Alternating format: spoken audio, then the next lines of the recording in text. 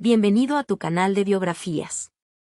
En la época de oro del cine mexicano, no solo brillaron los héroes y protagonistas, sino también los villanos que lograron dejar una marca imborrable en la pantalla grande. Estos antagonistas, con sus miradas frías, actitudes imponentes y personalidades llenas de maldad, aportaron profundidad y drama a las historias. Empecemos. Miguel Inclán fue uno de los actores más reconocidos y respetados de la época de oro del cine mexicano. Se destacó principalmente por sus papeles de villano, participando en algunas de las producciones más importantes y con los directores más reconocidos. Nació el 12 de diciembre de 1900 en la Ciudad de México y creció en el barrio de Tepito. Miguel Inclán provenía de una familia con antecedentes artísticos. Su madre, María de Jesús Delgado, fue cupletista de zarzuela española y actriz, mientras que su padre, Miguel Inclán García, dirigía una compañía de teatro ambulante. Él mismo comenzó su carrera sobre los escenarios desde niño, actuando en la compañía de su padre, junto con su hermana Lupe Inclán, quien también se convirtió en una famosa actriz, aunque a diferencia de Miguel, Lupe se especializó en la comedia. Una vez que las carpas se hicieron populares en diferentes puntos de la capital, Miguel inició su participación también allí. Como la mayoría de los cómicos de aquella época, las carpas fueron su mejor escuela. A los 38 años de edad, su interpretación actoral ya estaba más que forjada. Después de un largo recorrido en las carpas, estaba listo para dar el siguiente paso. En 1938 hizo su debut en el cine con la película Nobleza Ranchera. En sus primeras películas, los papeles que obtenía eran muy pequeños, pero no sería hasta 1943 cuando comenzó a destacar en roles más importantes, como en la película Benito Juárez, donde recibió muy buenas críticas por su actuación. En 1944, Emilio el Indio Fernández lo invitó a participar en 3 cintas, siendo la más importante María Candelaria, al lado de Pedro Armendáriz y Dolores del Río. Película ganadora del Grand Prix en el Festival de Cannes en Francia. Para entonces, Miguel ya comenzaba a ganarse la reputación de villano, pero su consagración vendría después.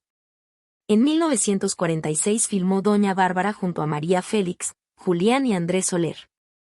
En 1947, el cineasta Emilio Fernández invitó al actor a participar en una producción hollywoodense llamada El Fugitivo, junto a Henry Fonda y bajo la dirección de John Ford, ambos ganadores del premio Oscar. Miguel Inclán impresionó tanto al director que lo invitó a participar en otras 4 películas más. Uno de los rasgos más distintivos de Inclán fue su habilidad para dar vida a personajes con una gran carga emocional y psicológica, especialmente en sus papeles de villano. Su capacidad para proyectar intimidación y crueldad, sin perder la profundidad humana, lo convirtió en uno de los actores más solicitados para este tipo de roles. Como en su consagración en 1948 con la película Nosotros los Pobres, dirigida por Ismael Rodríguez, al lado de Pedro Infante y Blanca Estela Pavón, donde demostró una verdadera calidad actoral. Incluso llegó a sufrir las consecuencias, ya que sus personajes de malvado eran tan realistas que la gente le reclamaba en las calles. Miguel Inclán se casó muy joven con la también actriz Enriqueta Reza. No hay datos precisos sobre la fecha de su matrimonio, ni tampoco acerca del hijo que ambos procrearon, pero permanecieron juntos hasta la muerte del actor. Miguel decidió hacer una pausa en sus personajes de villano, demostrando su profesionalismo y talento multifacético en las películas Maclovia y Salón México, junto a las actrices más cotizadas de la época, María Félix y Marga López, respectivamente, en 1949. Este descanso le sirvió para retomar fuerzas y regresar con su imponente presencia, destacándose nuevamente en uno de sus papeles más recordados, Don Carmelo en la película Los Olvidados de 1950. Dirigida por el cineasta español Luis Buñuel. En este filme, Inclán interpretó a un personaje cruel y despiadado que se convirtió en uno de los más icónicos de su carrera. Su actuación fue aclamada tanto por la crítica como por el público, y Los Olvidados es considerada una de las mejores películas del cine mexicano, recibiendo un premio en el Festival de Cannes y siendo declarada como Memoria del Mundo por la UNESCO. Se menciona que Miguel Inclán tuvo algunos conflictos en el gremio actoral y se retiró por completo del teatro y del cine después de haber filmado casi 80 películas. Le ofrecieron establecerse en Tijuana como representante delegado de la Asociación de Actores. El actor se trasladó a Tijuana junto con su familia. Una vez establecidos en la frontera, la situación se tornó fuera de control, ya que a Miguel no le parecía bien que las actrices hicieran actos indecentes en los centros nocturnos. Por ello, comenzó a organizar movimientos para erradicar estas prácticas que, para él y buena parte de la sociedad tijuanense, resultaban inaceptables. Llegó a tener conflictos y se apoyó en la prensa para hacer presión a los dueños de los establecimientos. Inició una huelga con los actores y bailarines que pertenecían a la ANDA, y parecía que los dueños estaban a punto de ceder cuando llegó el actor Víctor Parra y negoció de manera que beneficiaría a los centros nocturnos, siguiendo las mismas prácticas contra las que Miguel estaba luchando.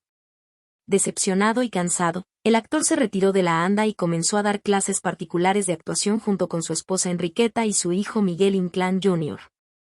Desgraciadamente, esto sería por poco tiempo, ya que el actor falleció el 25 de julio de 1956 a los 58 años de edad. Desde hacía tiempo padecía problemas cardíacos. Sus restos fueron depositados en el Panteón Jardín de Tijuana, pero 10 años más tarde se trasladarían al Panteón Jardín de la Ciudad de México. Por mucho tiempo se sostuvo la idea de que en realidad había sido privado de la vida por los locatarios afectados en su lucha, pero su esposa confirmó que el actor murió frente a sus ojos, ratificando así que fue por su mal cardíaco. Carlos López Moctezuma fue un destacado actor mexicano, conocido por sus papeles de villano en la época de oro del cine mexicano. Se consolidó como uno de los actores más imponentes interpretando personajes autoritarios, malvados y despóticos. Nació el 19 de noviembre de 1909 en la Ciudad de México. Su madre, María Pineda, y su padre, José López Moctezuma, quien era abogado, tenía un puesto importante en los ferrocarriles de México. Fue el menor de 11 hijos. Estudió en un colegio católico, donde nació su interés por la actuación.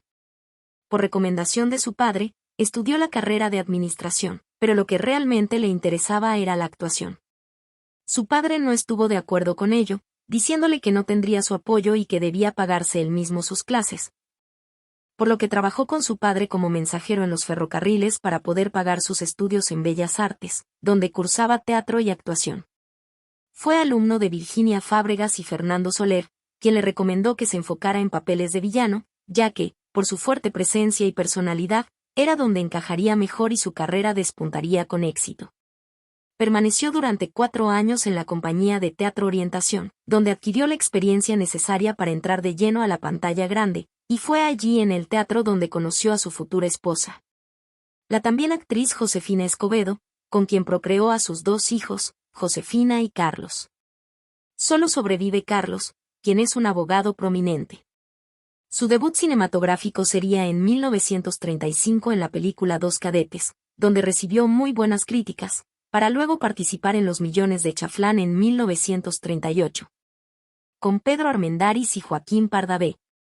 A partir de aquí, su ascenso como protagonista villano era inminente. Los directores de cine estaban fascinados con su capacidad actoral, sobre todo en los personajes de malvados, donde fue encasillado por mucho tiempo, como en Maclovia y Río Escondido. Gracias a estos personajes, se consagró como el villano favorito del momento. Aunque también participó en algunas películas donde dejaba a un lado su papel de malo y mostraba su lado más humano, como en la cinta Campeón sin Corona y Padre Nuestro, al lado de Andrea Palma y Evita Muñoz Chachita. Su talento y capacidad para interpretar cualquier tipo de personaje no pasó desapercibido para los cineastas extranjeros. En 1965 participó en una cinta francesa que fue filmada en México junto a Brigitte Bardot y Claudio Brock. También participó en algunos filmes en España, Nicaragua, Argentina y Francia. Uno de los aspectos más destacados de su estilo de actuación fue su capacidad para interpretar personajes terribles con gran naturalidad. Sus ojos verde esmeralda reflejaban la intensidad de la maldad que le imprimía a cada uno de sus personajes. Sus villanos no eran simplemente malos, sino seres humanos complejos con motivaciones claras, lo que los hacía aún más temibles. Pero esta interpretación contrastaba mucho con su verdadera personalidad, ya que quienes convivieron con él, compañeros de trabajo, amigos y fans, coincidían en que era una persona muy amable, cariñosa, atenta y educada. No se parecía en nada a los personajes que interpretó a lo largo de su carrera. En su vida privada, Carlos nunca fue protagonista de ningún chisme o escándalo. Tanto él como su esposa Josefina llevaron sus vidas de manera muy discreta. Pero no todo en su vida fueron elogios por sus excelentes actuaciones. Al ser una persona muy cálida y sociable, se daba cuenta de que en la calle algunas personas salían corriendo al verlo y sentían rechazo hacia él a consecuencia de sus malvados personajes. Lo cual le hacía sentir un poco triste, pero al mismo tiempo satisfecho, ya que sabía que lo estaba haciendo bien. También levantaba celos y envidias de algunos compañeros al robarse los elogios y las mejores críticas, incluso de los propios protagonistas en las películas donde actuaba. Como actor multifacético, no solo hizo gala de su presencia en películas serias y dramáticas, sino que también participó en 2 películas cómicas con Mario Moreno Cantinflas y Mauricio Garcés. En El gendarme y Modisto de señoras, respectivamente. También filmó varias cintas del género de terror que fueron exitosas tanto en México como internacionalmente. Participó en más de 200 películas, alrededor de 150 obras de teatro y en 2 programas de televisión. Recibió en 3 ocasiones el premio Ariel al mejor actor por Río Escondido y a la mejor coactuación masculina en El rebozo de soledad y Como México no hay dos. Debido al ritmo de trabajo tan intenso que llevaba, con largas horas de filmaciones y pocos descansos, su salud se fue deteriorando poco a poco. Carlos comenzó a sufrir de úlceras gástricas y también fue diagnosticado con enfisema pulmonar, por lo que decidieron cambiar de residencia y se trasladaron a Aguascalientes. Sin embargo, la muerte le llegó a los 70 años de edad, en 1980, a causa de un infarto. En noviembre de 2015, su hijo, el licenciado Carlos López Moctezuma y Escobedo, donó a la Filmoteca de la UNAM documentación que perteneció a su padre, con la cual se creó el Fondo Carlos López Moctezuma. El fondo está integrado por recortes periodísticos, programas, fotografías de rodaje, fotografías personales, dibujos, reseñas y críticas de las películas y obras de teatro que dan cuenta de la impresionante trayectoria del actor en teatro, cine y televisión. Víctor Parra. Su nombre de nacimiento fue José Víctor Gonzalo Parra Reyes, mejor conocido con el apodo de El Suavecito. Nació en Tula, Hidalgo, México, el 10 de enero de 1920. Víctor fue uno de los actores más destacados de la época de oro del cine mexicano. Reconocido principalmente por sus papeles de villano. Logró establecerse como uno de los antagonistas más memorables del cine nacional gracias a su imponente presencia física y su capacidad para transmitir emociones intensas, llegando a convertirse en un villano galán. Desde muy joven, Víctor mostró interés por las artes, aunque no fue hasta más tarde, cuando ingresó a la Universidad Autónoma de México a estudiar Filosofía y Letras, que decidió tomar clases de teatro en la UNAM. Sintiéndose atraído por los escenarios, buscó una oportunidad en el cine, por lo que decidió dedicarse por completo a la actuación. Sus primeros pasos fueron en la pantalla grande, y en 1945 fue su debut con la película La sombra de Chucho el Roto. A partir de ahí, continuó con papeles pequeños, lo que le proporcionó la disciplina y las herramientas actorales que más tarde aplicaría en sus roles cinematográficos más importantes. En 1948, ganó su primer Ariel por la película El muchacho alegre, una cinta de corte ranchero en la que actúa junto a Luis Aguilar.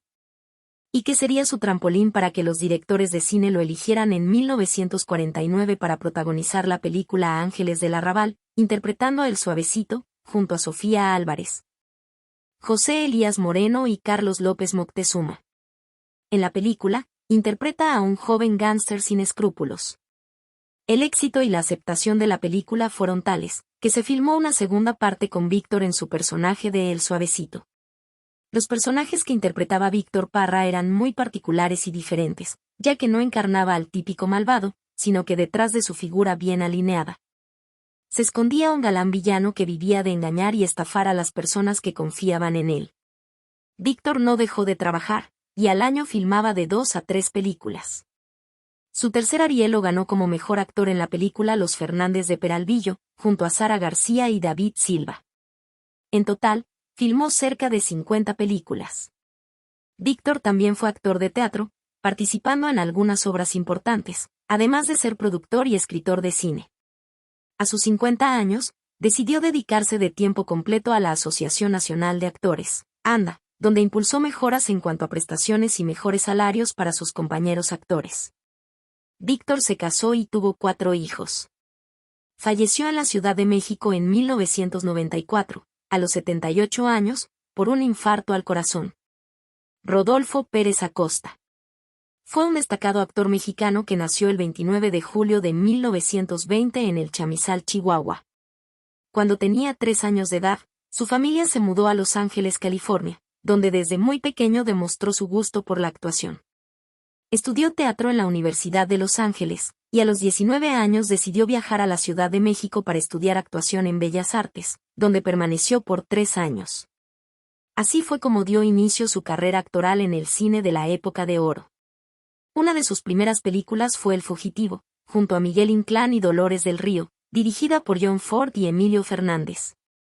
Gracias a esta película, entabló una relación de amistad con el director John Ford, quien lo invitaría más adelante a trabajar en Estados Unidos. Fue a partir de 1948, con la cinta Rosenda, junto a Fernando Soler y Rita Macedo, dirigida por Julio Bracho, que comenzó a consolidarse en la interpretación de personajes perversos. Pero su consagración en el cine fue con la película Salón México, con Marga López y Miguel Inclán, dirigida por Emilio Fernández. Su personaje de Paco, apodado El Cinturita, lo dio a conocer a nivel internacional, además de ganar un premio Ariel. Antes de irse a Estados Unidos, Rodolfo grabó películas de éxito junto a grandes personalidades del cine en México como Ninón Sevilla, Emilia Guiú, Rosa Carmina, Emilio Tuero y Pedro Infante. Rodolfo decidió cambiar su residencia a Estados Unidos, donde filmó en Hollywood algunas películas de éxito junto a John Wayne, Elvis Presley, Marlon Brando y muchos más. Grabó más de 10 películas y algunas series de vaqueros para la televisión. Es recordado por su papel de vaquero en la serie El Gran Chaparral. Su carrera abarcó desde 1946 hasta 1973. Rodolfo regresó a México en 1964 para filmar la película Río Hondo. Su carrera fue prolífica tanto en México como en la Unión Americana. Rodolfo se casó 3 veces y tuvo 5 hijos. Murió en San Fernando, California, a los 54 años de edad debido a un cáncer hepático. Arturo Martínez, otro de los grandes villanos de la época, nació en San Luis Potosí el 23 de enero de 1918. Fue un actor, director, guionista y bailarín. Llegó con su familia a la Ciudad de México a los 12 años.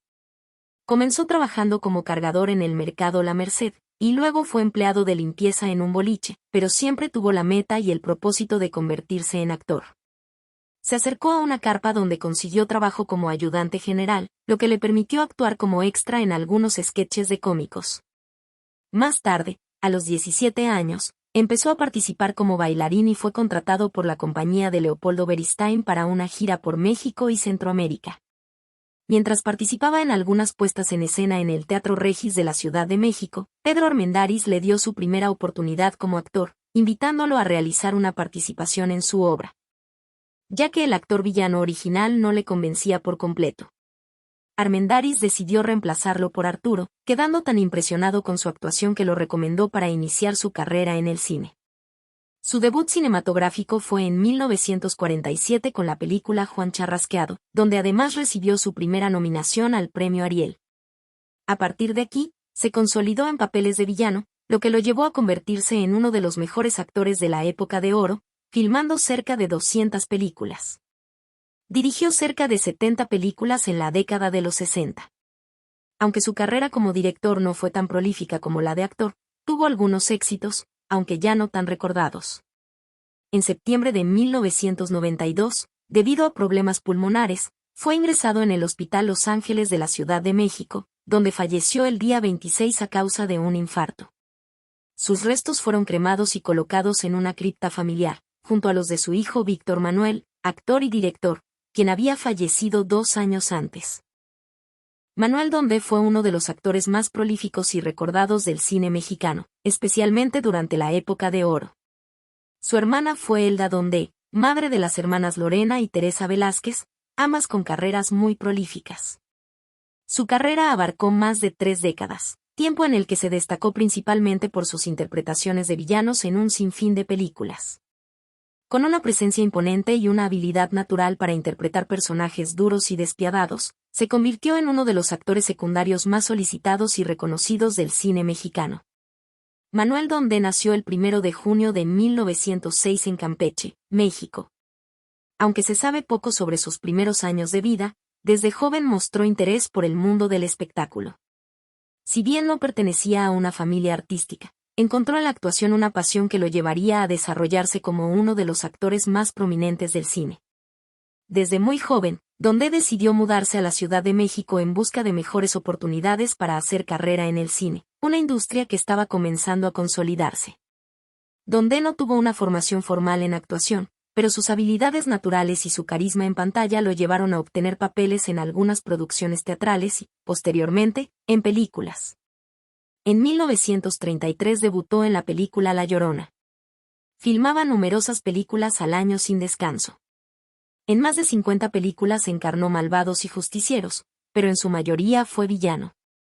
Se convirtió en un compañero muy querido y respetado por sus colegas, quienes lo consideraban un maestro por sus excelentes actuaciones. Manuel Donde fue uno de los actores favoritos del director Emilio El Indio Fernández, con quien trabajó en numerosas películas que se consideran clásicos del cine mexicano, interpretando papeles de villanos o personajes de gran autoridad, lo que reforzaba su imagen de antagonista natural en la pantalla grande. Su participación en películas de gran calidad le permitió obtener reconocimiento internacional, y a pesar de que siempre interpretaba papeles secundarios, Donde se robaba la atención con su talento y su capacidad para enriquecer cualquier escena en la que participaba. Su carrera continuó hasta la década de 1970, participando en su última película, llamada Cuartelazo en 1977, recordando la Revolución Mexicana. Manuel se casó 2 veces, aunque no se encontró información sobre si tuvo hijos. Manuel Donde falleció el 27 de mayo de 1976 en la Ciudad de México. A lo largo de su carrera, había participado en más de 200 películas, dejando un legado imborrable en la historia del cine mexicano. Wolf Rubinskis Manevix nació en Letonia en 1921. Debido a la persecución durante la Segunda Guerra Mundial, emigró con sus padres y un hermano a Argentina. Al llegar en barco, su padre no resistió el viaje y falleció. Los 3 pasaron momentos muy difíciles, ya que no hablaban español y tuvieron que sobrevivir de la caridad. En 1946, Wolf llegó a México, pues su plan era llegar a Estados Unidos, pero al quedarse sin dinero, se vio obligado a trabajar cargando bultos en el mercado de la Merced en la Ciudad de México. En una pelea fue golpeado y llevado con el doctor Bolaños, quien, al ver su gran corpulencia, le recomendó iniciar una carrera en la lucha libre. Aprendió rápidamente y se convirtió en un famoso luchador. Le gustó tanto que decidió radicar en México. Su primera participación en el cine fue en la película No me defiendas compadre en 1949, donde hizo mancuerna con Tintán, quien se convertiría en uno de sus mejores amigos. Actuaron juntos en varias películas. Continuó teniendo más oportunidades en el cine, paralelamente a su carrera como luchador, mejorando cada vez más sus actuaciones y participando en un total de 80 películas. También fue empresario y fundó una cadena de restaurantes llamados Kosher, apoyando a fundaciones benéficas. En 1995, fue presidente de la Comisión de Lucha Libre de la Ciudad de México. Se casó 3 veces y tuvo 4 hijos. Falleció en 1999 a los 78 años de edad debido a un infarto. Hoy, con profundo respeto y admiración, despedimos a aquellos inolvidables actores que, con su talento, carácter y entrega, dieron vida a los villanos más emblemáticos del cine mexicano durante su época dorada. Estos artistas, como Manuel Donde, Arturo Martínez, Víctor Parra, Rodolfo Acosta y muchos más, supieron transformar sus personajes en leyendas que siguen resonando en la memoria de quienes disfrutaron de ese cine clásico y en las nuevas generaciones que descubren la grandeza de la época de oro. Ellos no solo interpretaron antagonistas, sino que lograron algo mucho más trascendente, dotaron de humanidad a esos personajes que representaban lo oscuro, lo cruel y lo despiadado. En sus manos, los villanos no fueron solo figuras planas destinadas al mal, se convirtieron en seres complejos, con motivaciones profundas, que provocaban en el público emociones encontradas de miedo, repulsión y, a veces, una extraña admiración. Cada gesto, cada mirada, cada palabra que pronunciaban dejaba una huella imborrable en la narrativa del cine mexicano. No hay duda de que el cine es un espejo de la vida, Y ellos nos recordaron que la vida misma está llena de contrastes, que la existencia de los héroes depende tanto de los villanos como del bien que se enfrentan.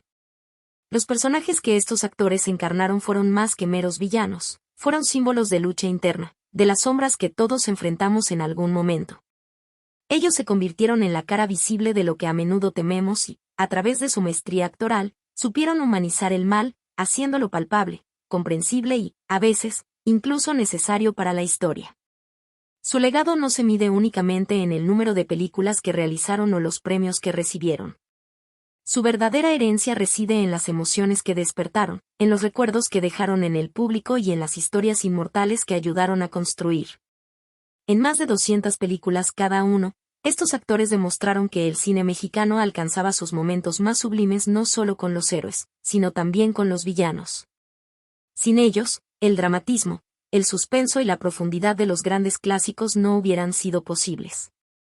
Además de sus carreras en la pantalla, muchos de estos actores fueron compañeros entrañables para sus colegas, guías para los más jóvenes y maestros en su arte. En los sets de filmación, en los teatros y en las academias, compartieron su experiencia, su sabiduría y su dedicación con todos aquellos que los rodeaban. Ellos entendieron que actuar no era solo un oficio, sino una forma de vida que requería pasión, compromiso y un constante perfeccionamiento. Hoy, con sus desapariciones físicas, nos queda el consuelo de que su legado jamás será olvidado. Sus rostros y voces quedaron grabados en la memoria colectiva, en ese vasto archivo de películas que siguen emocionando y educando a generaciones de espectadores. En cada rol de villano que interpretaron, dejaron una marca indeleble, y su influencia sigue viva en el cine contemporáneo, donde su estilo y técnica actoral aún inspiran a quienes desean revivir esa magia del cine clásico. Nos despedimos de estos gigantes del cine sabiendo que la historia del cine mexicano no se entendería sin ellos. Representaron lo más oscuro y temido de la condición humana, pero lo hicieron con una maestría que los elevó más allá de sus papeles. Ellos dieron forma a los miedos y los deseos más profundos de una sociedad, y en esa transformación, se convirtieron en iconos de la pantalla grande. A esos villanos entrañables, a esos actores que con su trabajo enaltecieron el cine mexicano, les damos las gracias. Gracias por darnos momentos de tensión, de intriga y de emociones intensas. Gracias por cada escena en la que lograron que el público contuviera el aliento. Gracias por haber entregado su talento para que nuestras historias y nuestros héroes fueran más grandes y más significativos. Hoy los recordamos con gratitud, admiración, sobre todo, con el reconocimiento de que, aunque interpretaron villanos, fueron los verdaderos héroes del cine. Su partida es solo física, pues su legado permanece vivo en cada una de sus películas, en cada escena en la que llenaron la pantalla con su presencia única. Desde donde estén, los recordaremos siempre, agradecidos por todo lo que hicieron por el cine, por el arte, y por México. Adiós, gigantes del cine mexicano, su historia sigue escrita en la eternidad del séptimo arte.